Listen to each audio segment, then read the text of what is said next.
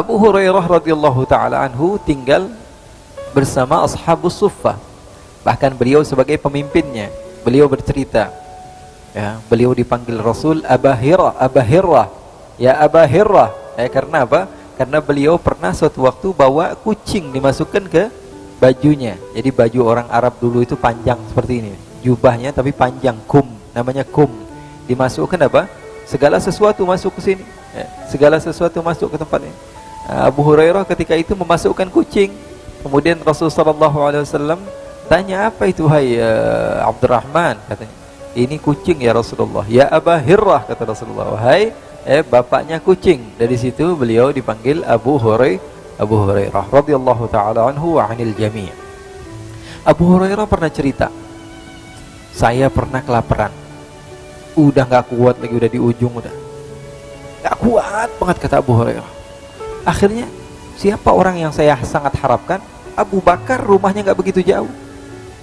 Ya, saya muter cari Abu Bakar. Apa yang saya lakukan? Pertama, saya sudah tahan, saya tidur berbalik seperti itu, masih lapar, kata Abu Hurairah. Saya ambil batu, saya ikat sehingga apa? Saya kencangkan perut saya masih lapar, saya gak kuat. Akhirnya saya datangi sahabat-sahabat. Di antara yang saya lihat pertama kali, Abu Bakar ada di depan rumahnya. Saya datangi bergegas. Saya tanya, Abu Bakar, labbaika ya Abu Hurairah. Kenapa wahai Abu Hurairah? Saya mau tanya, padahal pengen minta makan. Abu Hurairah yang cerita. Saya pengen tanya apa? Saya pengen tanya tentang ayat yang ada di dalam Al-Quran. Ya, ini asbabun nuzulnya bagaimana wahai Abu Hurairah? Kan engkau adalah orang yang lama hidup dengan Nabi. Ayatnya begini bunyinya gimana? Dijawab sama Abu Hurairah, sama Sayyidina Abu Bakar As-Siddiq dengan jawaban yang panjang. Ya. Dan setelah jawabannya panjang, wahai Abu Hurairah, apakah ada pertanyaan lagi? Kata Abu Hurairah, udah nggak ada wahai Abu Bakar. Akhirnya Abu Hurairah pergi. Padahal niatnya apa? Habis ditanya, kamu sudah makan apa belum? Biasanya kan ditanya begitu. Anak santri nih tinggal sama Nabi. Ya, biasanya ditanya, udah makan apa belum? Tadi dikasih makan apa? Belum, ya udah makan di rumah, begitu kan? Begitu. Harusnya begitu, ngasih kode. Tapi Sayyidina Abu Bakar nggak paham ketika itu. Ada pertanyaan lagi, kata Sayyidina Abu Bakar, kata Abu Hurairah. Sayyidina Abu Hurairah, nggak ada wahai Abu Bakar. Takut kepanjangan lagi jawabnya. Akhirnya Sayyidina Abu Hurairah cari Sayyidina Umar. Wahai Umar, kau faham tentang urusan-urusan fikih dan semisalnya. Saya mau bertanya, ada si fulan begini dan begini, hukumnya bagaimana? Dijawab dengan detail oleh Sayyidina Umar. Kemudian setelah itu ada pertanyaan lagi, wahai Abu Hurairah. Kata Abu Hurairah, tidak ada. Karena dia berharap Umar bin Khattab mengajak dia datang ke rumah. Terus menerus ditanya lagi, saya sahabat Utsman ditanya, sahabat Ali bin Abi Thalib, dan semuanya nggak ngasih makanan. Semuanya ngira Abu Hurairah nggak ada apa namanya, nggak ada niat lain kecuali memang bertanya. Rasulullah SAW di depan rumah liatin Abu Hurairah bolak-balik. Rasulullah senyum. Kata Rasulullah SAW, Abu Hurairah, sepertinya perut kamu sudah lapar. Kata Abu Hurairah, iya ya Rasulullah, sudah, sini kamu datang ke rumah saya. Rasulullah SAW masuk ke rumah Rasulullah SAW, tanya sama orang rumah, ada makanan apa? Ini Abu Hurairah kelihatannya lapar, kata Rasulullah. Karena rumahnya dekat. Lalu istri Rasulullah SAW mengatakan, ya Rasulullah, barusan ada orang yang mengantarkan kepada kita satu wadah isinya susu. Kata Rasulullah, ambil. Kata Abu Hurairah, alhamdulillah, dapat makanan ini dari Rasulullah SAW. Kata Rasulullah SAW, Abu Hurairah, kamu ketua Suffah kan? Iya wahai Rasulullah, kamu panggil ashabu Suffah semuanya biar ikut kebagian minum susu ini. Inna lillahi wa inna ilaihi raji'un. Niatnya pengen minum sendirian, habis itu selesai kenyang enak tidur ini. Ternyata sahabat-sahabat ashabu Suffah semuanya dipanggil. Berapa jumlahnya? 40 sampai 100 orang, semuanya minum kebagian, apalagi saya. Apalagi sebagai seorang ketua, sayyidul qaum khadimuhum, pemimpin dari setiap rombongan, mereka harus menjadi khadimnya. Akhirnya betul kata Rasulullah, panggil semua. Akhirnya saya panggil semua ashabus suffah, saya panggil, ayo semuanya, ayo datang ke rumah Rasulullah. Kenapa? Ada makanan, ayo buruan santri semuanya pergi. Akhirnya semuanya datang ke rumah Rasulullah SAW. Kata Rasulullah, Abu Hurairah, kamu jangan minum dulu, kasih yang lain dulu. Jadi Abu Hurairah bagiannya apa? Bagian megangin doang, lihat orang lain minum. Dia yang lapar haus, tapi dia yang bagiin satu persatu orang minum. Satu lagi sudah minum semua, udah kebagian. Diintip-intip dikit, ini bentar lagi udah mau habis ini.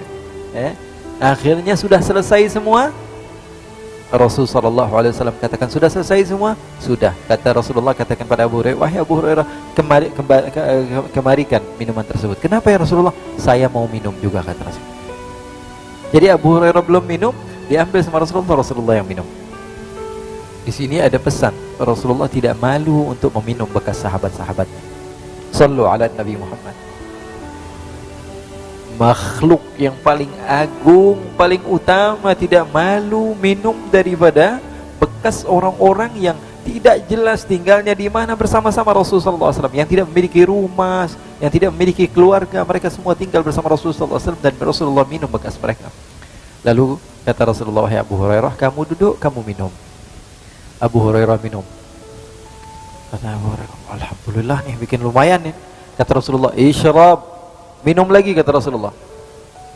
Susu yang wadah cuman kecil seperti itu nggak habis-habis. Ini diantara mukjizat Rasulullah SAW. Kata Rasulullah, isyrab, minum lagi. Kata Rasulullah, isyrab, minum lagi. Isyrab, minum lagi. Sampai kata Abu Hurairah, fa wallahi ya Rasulullah ma ajidu maslakan. Ya Rasulullah, saya sudah nggak dapetin tempat lagi buat naruh susu ya Rasulullah. Akhirnya setelah Abu Hurairah minum, diambil lagi gelasnya oleh Rasul, dan Rasulullah SAW meminum lagi bekas Sayyiduna Abu Hurairah radhiyallahu ta'ala anhu. Sahabat Abu Hurairah radhiyallahu ta'ala anhu yang bernama Abdurrahman bin Sakhr al-Yamani ad-Dawsi. Jadi kita bisa ngebayangin di mana mereka tinggal ketika itu dan bersama siapa mereka hidup, sahabat-sahabat Rasul sallallahu alaihi wasallam. Nah, orang Badui tadi datang dari pedalaman. Apa yang dia ingin lakukan? Datang ke masjid untuk buang air kecil di masjid. Sesampainya di masjid, sahabat-sahabat marah, murka, ini orang kurang ngajar. Masjid Rasul sallallahu alaihi wasallam digunakan untuk buang air kecil. Semua sahabat mendatangi orang tersebut sehingga mau dipukul ini orang. Kurang ngajar, melecehkan rumah Allah Subhanahu wa taala. Rasulullah seketika datang, kata Rasulullah, biarin dia buang air dulu. Selesai dia buang air. Dan Rasulullah cerdas, Rasulullah pintar. Kalau orang lagi kencing, buang air kecil, dikejar, apa yang terjadi? Satu masjid akhirnya najis. Tapi Rasulullah SAW biarkan selesaikan di situ. Jadi kita ketahuan di mana najisnya di satu tempat. Kadang-kadang kan kita kalau marah nggak mikir lagi, yang penting marah. Ini untuk agama, ini masjid dilecehkan. Akhirnya dengan perbuatan dia malah masalah menjadi melebar. Yang tadi harusnya di satu tempat, tapi akhirnya malah najis di mana-mana.